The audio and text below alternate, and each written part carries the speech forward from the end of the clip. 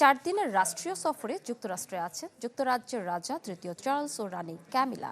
মঙ্গলবার দ্বিতীয় দিনে মার্কিন কংগ্রেসে ভাষণ দিয়েছেন চার্লস। কংগ্রেসে ভাষণ দিয়ে বলেন, ইউরোপ ও মধ্যপ্রাচ্যে অনিশ্চয়তা ও সংঘাতের সময়েও যুক্তরাষ্ট্র গণতন্ত্র রক্ষায় সবসময় ঐক্যবদ্ধ থাকবে। মঙ্গলবার মার্কিন কংগ্রেসে ভাষণ দিয়েছেন যুক্তরাষ্ট্রে সফররত ব্রিটিশ রাজা তৃতীয় চার্লস। রাজা তৃতীয় চার্লসের 4 দিনের যুক্তরাষ্ট্র সফরের দ্বিতীয় দিন ছিল গতকাল।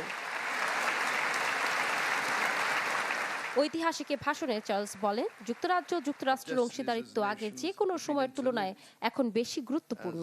এ সময় 19তম শাসক হিসেবে নিয়মিত যুক্তরাষ্ট্রের খোঁজ খবর রাখেন বলে জানান তিনি। বলেন, ব্রিটেনের জনগণের পক্ষ থেকে যুক্তরাষ্ট্রের জনগণের প্রতি গভীর শ্রদ্ধা ও বন্ধুত্ব প্রকাশ করতেই এই সফর তার।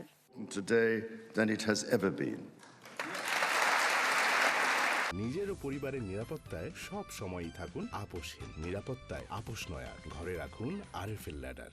ভাষণে ইউক্রেনে স্থায়ী শান্তি প্রতিষ্ঠার বিষয়ে কথা বলেন তিনি। উল্লেখ করেন, অতীতের যে কোনো সময়ের তুলনায় ইউরোপ আমেরিকার অংশীদারিত্ব এখন বেশি গুরুত্বপূর্ণ। প্রয়াত রানী দ্বিতীয় এলিজাবেথের কথা স্মরণ করেন রাজা চার্লস। জানান, 1991 সালে রানী এলিজাবেথও একই কক্ষে ভাষণ দিয়েছিলেন।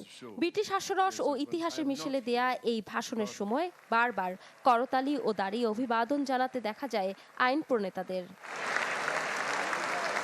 একই দিন হোয়াইট হাউসে মার্কিন প্রেসিডেন্ট ডোনাল্ড ট্রাম্পের সঙ্গে রাষ্ট্রীয় নৈশভোজে অংশ নেন চার্লস ও তার স্ত্রী কুইন কনসোর্ট ক্যামিলা। হোয়াইট হাউসে তাদের অভ্যর্থনা জানান ডোনাল্ড ট্রাম্প ও ফার্স্ট লেডি মেলানিয়া ট্রাম্প। সেখানেও বক্তব্য দেন চার্লস। সফরটি এমন এক সময় অনুষ্ঠিত হচ্ছে যখন ইরান যুদ্ধ নিয়ে দুই দেশের মধ্যে কিছু মতবিরোধ দেখা দিয়েছে।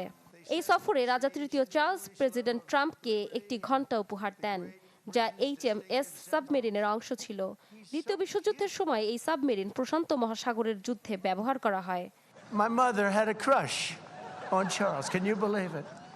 ইফশিতা জামান, চ্যানেল 24।